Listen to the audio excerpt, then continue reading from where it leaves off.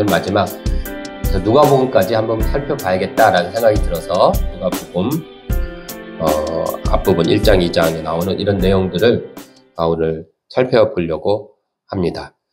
이 속에는 예수님을 품은 두 개의 발걸음을 보려고 합니다. 특별히. 왜냐하면 누가는 다른 복음서에 보면 뭐 예수님의 나심이 이러하니라. 마태복음 그랬죠. 요한복음은 태초에 말씀에 계신 예수님 계신 분이다. 이것 오셨다. 이렇게 얘기했어요. 그에 비해서 누가복음은 주변 사람들의 이야기를 막 적고 있어요.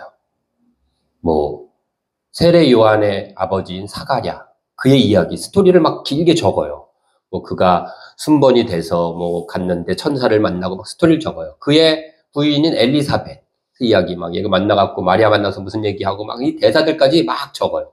그리고 마리아가 천사를 마리아의 대사들도 길어요. 그리고 뒤에 보면 목자들을 만나는 또 이런 얘기들 나오잖아요. 예수님의 오심에 대해서. 그러니까 예수님한테 막 맞춰갖고 이게 아니라 주변에 그 예수님의 오심에 대해서 주변 사람들의 이야기들이 많아요. 그렇죠? 그리고 2장에 가면 예수님께서 성전에 처음 이렇게 아기 예수를 데리고 갔을 때 시몬이라는 사람이 나와요. 기억나시나요?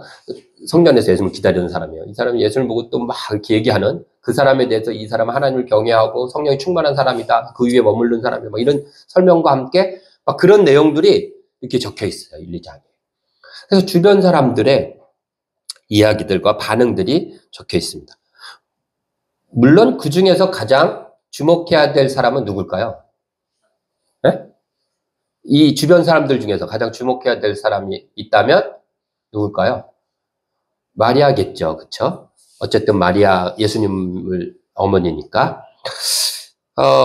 그런데 이 마리아의 이야기 중에 아주 인상적인 장면이 있습니다. 여러분은 어떤 장면이 마리아의 스토리 중에 인상적인 장면? 오늘 읽었잖아요. 천사와 마리아 만나고, 이 마리아의 이야기 중에 어디가 제일 여러분들은 기억에 남고 인상에 남으십니까? 뭐, 이런 분도 있을 거예요. 28절. 천사가 나타나서 은혜를 받은 자요. 마리아한테 은혜를 받은 자요. 평안을 이렇게 얘기하는 것도 있을 수 있고. 그 다음에 35절. 성령이 내게 임하시고 지극히 높으신 이의 능력이 내게 임하면 막 이런 얘기들도 되게 멋있잖아요. 그렇죠? 인상 깊게 나옵니다.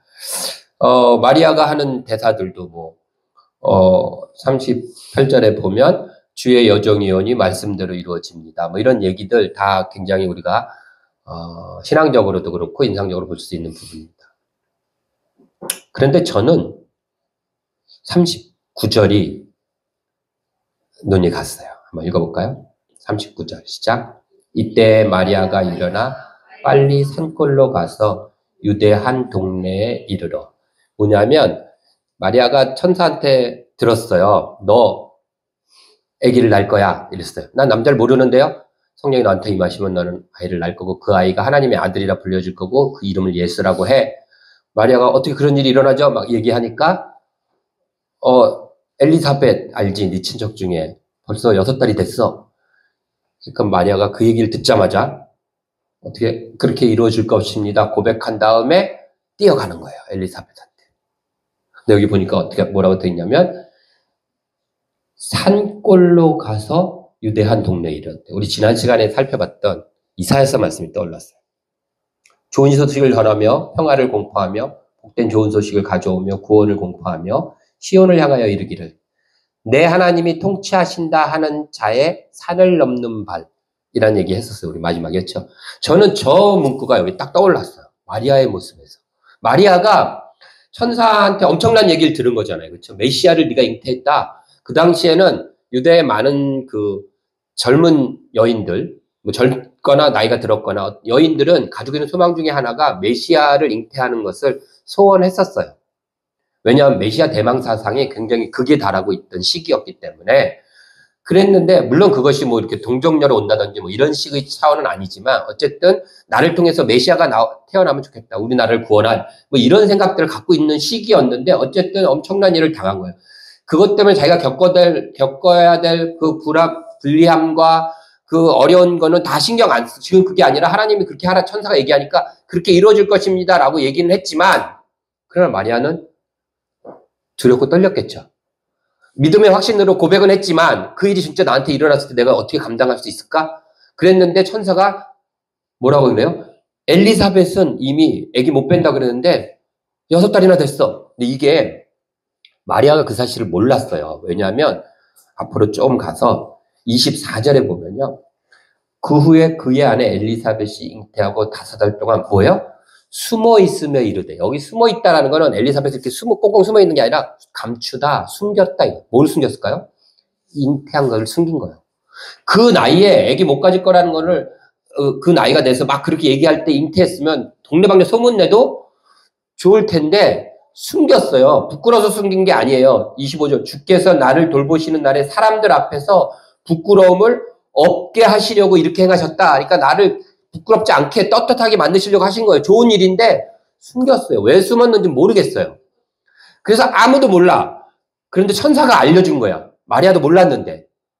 그래가지고 그걸 확인해야 되잖아, 마리아가. 그래서 가는 거예요. 그게 확인된다면 자기가 봐도 정말 나이가 많아서 도저히 아기를 낳을 수 없는 그분이 아기를 뱄다면 나한테 되어지는 그 천사의 말도 맞는 거잖아요. 그러니까 마리아가 달려가면서 이 고백을 하지 않았겠어요? 하나님께서 통치하신다. 하나님께서 나를 통치하시고 하나님께서 이 일을 이루실 거야. 하나님께서 이루실 거야. 내가 비록 감당할 수 없이 두렵고 떨리지만 하나님께서 이루실 거야. 라는 그 간절함과 그 마음을 갖고 확인하기 위해서 산길을 뛰어가는 거예요. 내 하나님이 통치하신다라고 얘기하면서 하나님이 하실 거야. 하나님이 하셔. 그러면서 그 산길을 뛰어넘는 발걸음이 바로 이 마리아의 그 발걸음이 아닐까라는 생각이 들었어요. 우리도 그렇잖아요. 막 말씀 듣고 막 하면 정말 믿음에 딱 그래 확신이 쓰잖아요. 그러나 확신과 확실한 거랑은 조금 거리가 있어요. 확신과 확실 요 사이에 뭐가 있냐면 확인이 있어요. 확인. 그래서 말장난 같지만 잘 들어보세요. 우리가 확신을 해요. 그리고 확인을 해요. 그렇구나. 그런 다음에 어떻게 확실해지는 거예요. 네. 그래서 그 간격이 있으니까 그 확인 작업을 지금 마리아가 뛰어가는 거예요. 우리도 그렇잖아요. 하나님께 하실 거야. 하나님 하셔야 돼요. 하지만 힘들잖아요. 그렇죠? 그것이 보여졌어요. 그래서 그렇구나 이런 생각이 들었습니다. 보통 우리가 믿음을 갖고 막 뭔가를 하려고 그러면 십자가를 지는 일, 예수를 따르는 일은 기쁠까요? 힘들까요? 고난이 힘들겠죠. 세상과 다른 생각을 하고 부딪혀 나가야 되니까. 그래서 저도 그런 생각, 그래서 십자가 설교를 하면 교인들이 싫어한다, 이런 얘기도 있을 정도로 그런데, 이런 생각이 들었어요, 요 근래, 탄핵 전국에 집회를 하는 걸 보면서 많은 생각을 하게 됩니다. 첫째는 저렇게 젊은 이들이, 나라의, 그 잘못된 것들을 향하여 소리를 낼 수 있구나라는 것이 참 흐뭇했고요. 특별히 제가 많은 느낌을 받았던 것 중에 하나가 12월 21일인가요? 있었던 그 남태령 사건입니다. 남태령이라는 것이 서울 방배동 근처예요. 사당동 가는 길목. 그러니까 서울대공원에서 이렇게 사당동으로 넘어가는 거기를 남태령 고개라 그래요. 난 남태령 그러면 그냥 무슨 지방 시골인 줄 알잖아요. 서울에 진입하는. 근데 서울은 아니고 서울 진입하는 이제 그곳이에요. 그래서 남태령 고개인데 농민들이 트랙터를 30대를 몰고 올라왔어요. 집회를 하기 위해서. 근데 이 집회는 나라에서 허가받은 집회예요. 그래서 전라도에 있는 농민과 경상도에 있는 농민들이 연합을 해서 나라에 신고를 하고 올라왔어요. 올라오는 길 동안은 경찰이 에스코트를 해갖고 트랙터니까 천천히 가니까 그래서 그거를 앞에서 에스코트를 해갖고 잘 올라왔어요. 그런데 남태령에서 막힌 거예요. 서울은 못 들어온다. 경찰이 막았어요. 지금까지 역대로 우리나라에서 트랙터를 끌고 농민들이 그것을 하러 올라왔을 때 한 번도 서울은 경기도를 넘은 적도 없어요. 막혔어요. 단순히 막힌 게 아니라 제가 가지고 있는 여러분들이 가지고 있는 집회와 시위 그러면 여기 나이 비슷한 어른들이 갖고 있는 집회와 시위 하면은 뭐예요? 앉아서 뭐죠? 시위한다 그러면 체류탄 나가고 화염병 나가고 막 이런 거잖아요. 그랬어요. 그렇게 막았어요. 거기서 제일 유명한 그거와 연관된 제일 유명한 분이 고 백남기 씨라는 물대포 맞았어요. 이분도 거기서 올라와서 트랙터를 놔두고 이제 사람만, 그분만, 이제 농민들만, 트랙터 못 들어가게 하니까 농민들만 모여가지고 집회하다가 물대포 맞아서 사망하신 분이거든요. 그 후로 물대포를 쏘는 것이 경찰에서 사라졌어요. 불법이라고 그래가지고. 그래서 없어진 거예요. 어쨌든, 한 번도 진입을 못하고 다 막혔었어요. 서울 근처에도 오질 못했어요. 이번에도 그런 거예요. 그 소식을 저도 처음에 들으면서, 아, 이제 또 막 이제 그런 부침이 있겠구나 했어요. 그런데 여러분 아시는 분은 아시겠지만 그날이 그 남태령의 그 소식이 SNS를 통해서 전해졌어요. 그 시위대에 있던 분 중에 한 명이 도와주십시오 이렇게 올린 거예요. 광화문에서 탄핵 집회를 하고 있던 사람들이 그 소식을 듣고 젊은이들이 움직이기 시작했어요. 그래갖고 남태령으로 전철 타면 가니까 모이기 시작했어요. 그래서 그 밤에 경찰이 차벽을 세워가지고 팔천원 도로를 다 막고 차 20대인가 뭐 버스 경찰들 다 막고 완전히 이제 농민들을 막 밀어내려고 하고 막 몸싸움이 일어나려고 했는데 시민들이 가기 시작해요. 젊은이들이 응원봉 들고 그리고 모여가지고 그 밤을 세웠어요. 같이. 그래서 어떤 데는 32시간, 어디는 28시간 하루가 넘죠. 같이 밤을 세우고 지켜내서 뚫렸어요. 경찰이 나중에 열어줘서 한남동 관저까지 와서 같이 평화롭게 집회를 하고 이런 이제 일이 있었는데 그 과정이 하루가 넘는 시간, 그날 밤부터 모여들기, 그때가 이제 11시인가 뭐 처음 얘기 나온 게, 그래서 집회 끝나고 다들 돌아가려고 하다가 그 얘기를 듣고서 돌아가려고 이제 추우니까 광화문 집회 끝나고 설렁탕 한 그릇 먹고 몸 좀 데피고 가야지 하다가 그거 먹고 다시 그쪽으로 넘어가서 같이 밤을 세우는 거예요. 그러면서 이제 경찰도 어떻게 할 수 없고 점점 사람이 불어나니까. 그래가지고 근데 그날이, 체감 온도가 영하 10도가 넘어가는 굉장히 추운 날이었대요. 근데도 모여가지고 이제 하고, 그러고서 이제 사람들이 그 소식 알려주면 더 많이 모이고, 그러면서 이제 여러 가지 아이디어들이 나오기 시작한 거예요. 그래가지고 우리가 알듯이 선결제 해갖고 막 보내고, 배달. 역시 우리나라는 배달의 민족이라 수많은 배달차들이 거기서 날라주고, 그 다음에 난방버스, 누가 버스를 선결제 해갖고 버스들이 이제 한 열 몇 대가 쫙 들어와서 난방을 틀어놓는 거죠. 그럼 몸을 녹이고 또 있고. 근데 이제 제가 놀랐던 거는 그 밤을 세우는데 그 장면이 이제 유튜브에 이렇게 있어요. 있는데 보니까 거기는 그 젊은 이들이 응원봉을 들고 막 노래를 불러요. 치어스? 누구죠? 그 여자, 되게 고음 올라가는 노래. 소찬이의 노래. 그런 거 막 부르면서 막 춤추고 막 이러는 거예요. 그게 놀라운 거예요. 막아냈고 뚫어냈는데, 올바른 일에 대해서 젊은이들이 모여가지고 뚫어냈는데, 전에처럼 철회탄 던지고 이게 아니라, 꽁꽁 어느 20 몇 시간의 그 차가운 길바닥을 춤을 추면서, 그거를 보면서 드는 생각이에요.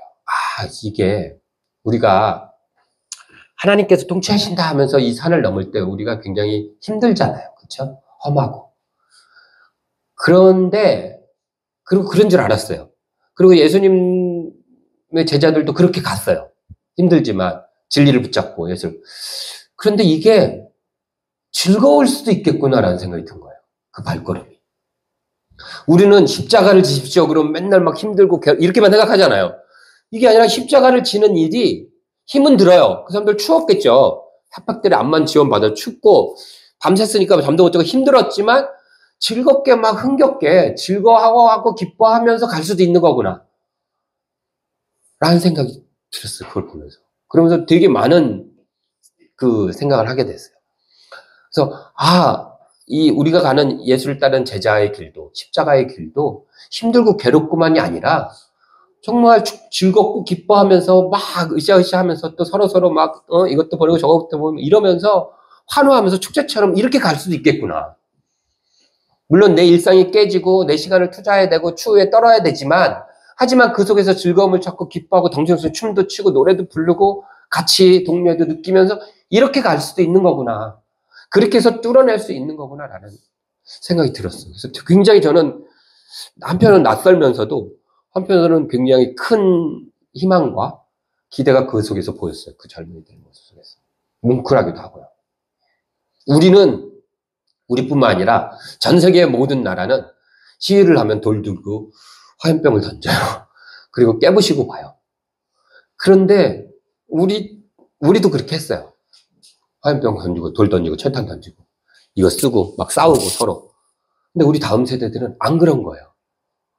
막 춤추고 막 즐거워하면서 이뤄내는 거예요. 그 옳지 못한 것과 맞서는 거죠. 그 모습을 보면서 야, 이 십자가의 진리를 따르는 길도 이런 모습으로 바뀔 수가 있겠구나. 나는 굉장히 큰 희망을 본 것 같아요. 저는. 그래서 너무 좋았어요. 그게. 제가 그래서 오늘 지금까지 한 번도 안 했지만 그 얘기도 길게 지금 이렇게 늘어놓는 게 그게 너무 저한테는 되게 신선했어요. 다음 세대를 보면서 제가 우리 아이들도 그렇지만 다율이나 이런 애들 보면 그런 기대감이 이제 플러스가 되고 우리가 못하는 우리 어른들의 신앙 굉장히 뿌리 깊고 우리 어른들의 신앙도 든든한 그게 있잖아요. 그렇죠? 흔들리지 않고 고난에도 버텨내고 하는 이 무릎의 신앙이 있어요. 그러나 젊은 애들은 무릎을 꿇지 않아요. 일어서서 껑충껑충 뛰면서 그러면서 껑충껑충 뛰는 그런 신앙이 또 있더라고요. 이들에게는. 다른 거예요. 그리고 그것에 굉장한 기대가 드는 걸 봤어요. 우리 진리라는 교회는 저는 변화와 개혁을 항상 이뤄내는 교회가 되었으면 좋겠다라고 생각합니다. 그래서 이런 부분에서도 우리가 진리가 되는 예수 그리스도의 진리를 붙잡지만 그것을 실행해내는 부분에 있어서 우리의 저를 포함한 그 선배들이 갔던 길도 우리가 기억해야 되지만 그렇지 않은 여러분만의 길이 있을 거예요. 세상과 부딪히고 옳지 않은 것에 대해서 옳지 않다 얘기하고 저항하고 싸우고 그렇죠? 하나님의 진리가 맞다. 세상이 아무리 이 당시 로마 황제가 눌렀던 것처럼 눌러와도 그렇지 않아. 이것이 옳은 거야 라고 하면서 산길을 갔지만 우리는 벅벅 기어가지고 무릎 팍 깨지고 갔다면 여러분들은 껑충껑충 뛰면서 그 속에서 샘물도 찾아 먹고 이것저것 캠핑하듯이 캠핑이야 뭐 이러면서 갈 수도 있는 거죠. 우리는 막 이 벅벅 물고 돌베개 베고 자고 막 이러면서 갔다면 여러분들은 캠핑하듯이 여러분들만의 도구를 갖고 캠핑을 하면서 갈 수도 있는 거예요. 그러면 똑같이 그 산길을 가지만 다른 마음과 다른 모습으로 갈 수 있다라는 거죠. 저는 그래줬으면 좋겠어요. 그래서 여러분들이 여러분들만의 방법으로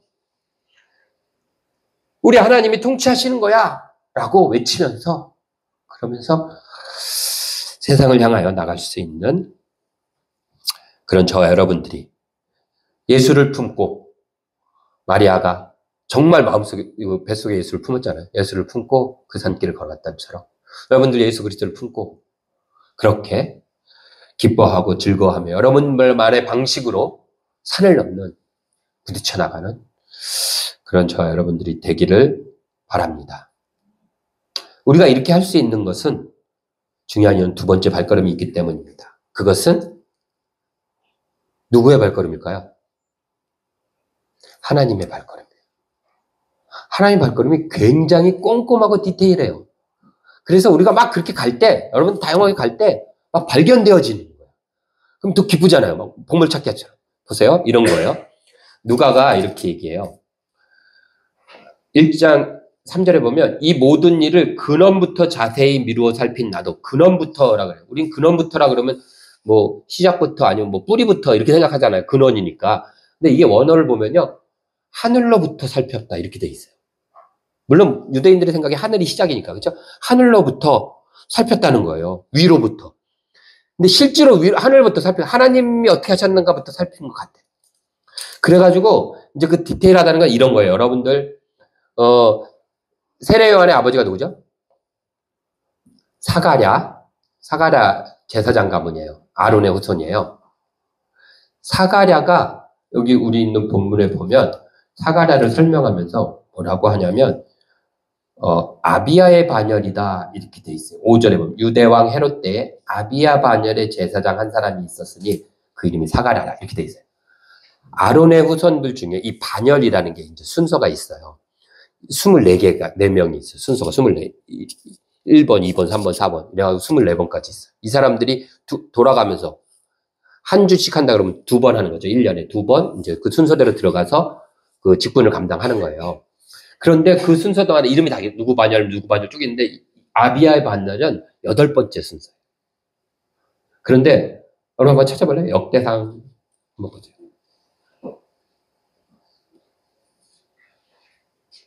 역대상 24장.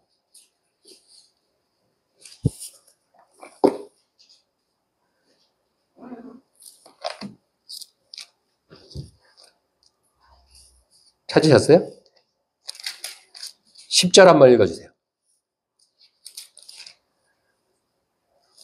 찾으신 분 읽어주세요. 역대상 24장 10절. 네. 8제가 누구래요? 아비야예요. 9제가 누굴까요? 11절. 읽어주세요. 시작. 예수아가 예수란 이름이에요. 재밌지 않나요? 8째 아비야예요. 근데 그 다음 누구예요? 예수라고요. 그러니까 아비야의, 저는 이런 생각, 왜 세례 요한이 아비야의 가문에서 났을까?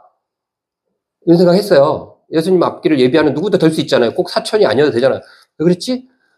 그 보니까 이렇다는 건 아니지만, 아비야야. 근데 그 다음 누구예요? 아비야 다음이 예수아예요. 예수. 이런 걸 볼 때, 여기도 있었네. 뭐 이런 거예요. 하나님의 디테일과 꼼꼼함으로 바쁘셨다라는 건 그런 거예요. 목자들도 발견할 수 있어요. 천사들 만났잖아요. 그러니까 목자들도 즐거워할 수 있고, 목자들도 하나님 만날 수, 발견할 수 있는 거예요. 시므온이라는 한평생 그냥 그걸 기다렸던 어떤 나이 든 사람도 발견할 수 있어요. 남녀노소, 직원, 지위랑 상관없어요. 그 예수 그리스도의 오심을, 예수 그리스도를 발견하고 느끼고 기뻐할 수 있다라는 거예요. 그러기 위해서 하나님께서 꼼꼼하게 이 사람 저 사람 천사를 보내셔갖고 제일 바쁜 사람은 하나님이에요. 사가랴 찾아가죠. 엘리사벳 가죠. 마리아 가죠. 목자들 가죠. 그 다음에 시므온도 성령이 그 위에 계셨더라 이렇게 돼 있어요. 2장에 보면 성령이 시므온한테도 가신 거예요. 여기저기 가셔요. 그래갖고 막 숨겨 넣는 거예요. 꼼꼼하고 디테일하게 발견하도록 예수를 짚는 거죠. 그것저것 이것저것 해. 그래서 우리가 예수 그리스도를 품고 산을 넘어갈 때 여러분 날 방법을 가지만 그럴 때마다 기뻐할 수 있는 거는 이렇게 디테일하게 숨겨두신 하나님의 그 꼼꼼한 손길들을, 그 발걸음들을 발견하면서 기뻐할 수 있는 거예요. 여기 이게 이런 게 있어. 이거 봐. 아비야인데 그 다음이 예수아야. 와! 이렇게 하는 거예요. 딴 사람 뭐 별거 아니라고 생각할 수 있어요. 이거 신학적으로 대단하고 이거 아니에요. 근데 그냥 보면서 신기하네. 이렇게 했네. 이런 거죠. 누가도 그러지 않았을까요? 그래서 그거 쓰지 않았을까요? 아비야의 가문에 안 써도 되잖아요. 굳이. 그냥 제사장이 있고 사가랴다 제사장 가문에 이래도 되는데 이렇게 써는 거야. 아비야야. 그럼 그 다음에 나올 게 뭐야? 예수야. 이렇게 되는 거예요. 그걸 막 신학적으로 대단한 뭐 예언이다 이런 거 아니라 그냥 그런 것들. 2025년도 저 여러분들 삶에도 이런 기쁨과 즐거움과 이런 게 있으면 좋겠어요. 살아가면서 하나님께서 막 우리 주변에도 바쁘게 막 이렇게 해놓으세요. 그럼 우리가 보면서 이것도 하나님, 기가 막힌 하나님이 이걸 또 이 일을 하셨네. 나도 모르게 언제 이런 걸 또 이렇게 하셔갖고 이렇게 되게 하셨어. 그래서 혼자 막 좋아하는 거죠. 남들은 이해 못해도 돼요. 뭐 그렇게까지 상관없어요. 이해 못해도 돼요. 억지로 끼워 넣는다 뭐 어쩐다 다 혼자 얘기하라 그러세요. 우리는 막 기뻐하는 거야. 그냥 그런 한 해가 되면 좋겠다.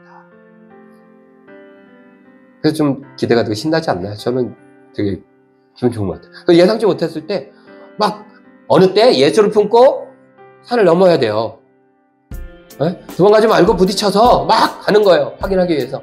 그럴 때 주의 뜻대로, 주의 종이니까 하나님 뜻대로 될 겁니다 라고 고백하고 믿음으로 하는 거예요. 그때 막 발견돼요. 왜요? 하나님께서 여러 군데 숨겨놓으셨어요. 저는 보물찾기 하면 한 번도 못 찾았거든요. 근데 이건 찾을 것 같아요. 어떤 애는 막 2개, 3개 찾는데 저는 분명히 똑같이 제가 돌을 이렇게 뒤집고 갔어요. 없었거든요. 뒤에 있는 애가 딱 뒤집으면 있어요. 근데 이해가 안 가더라고요. 대체. 근데 이거는 발견할 수 있을 것 같아요. 많이. 그렇죠? 눈이 오는 걸 보면서도 막 이렇게 발견하는 거예요. 그래 하나님께서 오늘 아침에 또 이거를 혼자서만 기뻐해도 돼요. 아무도 인정 안 해줘도 돼요. 내가 기쁜데 내가 하나님 발견해도 좋은데. 그렇죠? 이거 지금 뭐 누가 혼자서 발견할 수도 있고 누가도 모르는데 그냥 저 혼자서 이렇게 좋아하는 걸 수도 있어요. 신학생 보면 말도 안 되는 소리 하지 마 이창호 목사 이럴 수도 있어요. 근데 저는 그냥 그거 보면서 좋은 거예요 혼자. 뭐 어때요? 이거 잘못됐어요? 그냥 좋아하는 거예요. 내가 뭐 주장하는 것도 아니고 여기서 나는 이렇게 봐. 하나님 또 이렇게 디테일하게 하셨네? 이런 거죠. 예수를 품받자고 발걸음들은 이런 발걸음들이 여러분들에게 이 한 해 동안에 넘쳐나기를 예수의 이름으로 축원합니다. 기도하겠습니다.